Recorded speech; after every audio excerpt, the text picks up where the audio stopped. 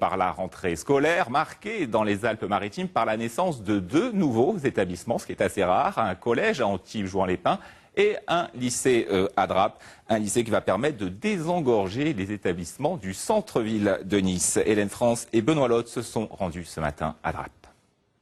Le lycée René Goscinny, enveloppé de brume matinale, la passerelle mène au savoir. Bois, acier et béton nichés au creux de la vallée du Paillon.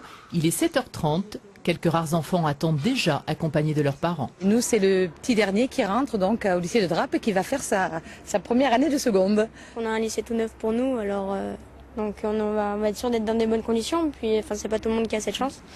Alors heureux, oui. Un peu stressé aussi parce que comme on est les premiers, on sait pas trop comment ça marche et tout. Alors. C'est la première fois que je vais au lycée et encore c'est un neuf. C'est intimidant? Un peu, ouais. L'ouverture du lycée est un événement aussi pour la petite commune.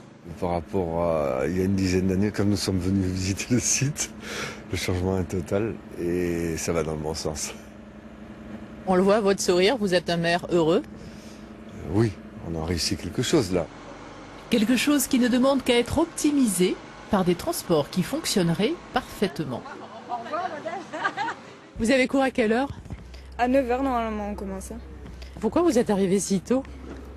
C'est le bus de l'Escarène qui nous prend donc à 7h30. Il n'y a pas d'autre horaire. On était partis, je vous dis, confiants, puisqu'on pensait que les horaires du lycée correspondaient aux horaires de train, sauf que ce matin, nos enfants devaient être là à 9h et on s'est retrouvés sans train. Voilà. Il y a encore quelques rodages parce qu'effectivement, il y a des problèmes techniques et j'espère que ça va être réglé très très rapidement. D'autant plus que c'est la région qui finance ce type de train, les TER. C'est la région qui a fait un effort en payant aussi la gratuité pour les jeunes de moins de 26 ans. Ce serait un peu fort de café de ne pas retrouver justement ce résultat. Ouverture des portes, certains élèves se retrouvent après de longues vacances, mais très vite, les règles en vigueur dans l'établissement sont rappelées. La présentation des personnels et des locaux est faite par une proviseure qui attendra en vain un micro. C'est une aventure extraordinaire, c'est un travail énorme. Je m'attendais à avoir beaucoup de travail, mais bon, quand même c'est énorme.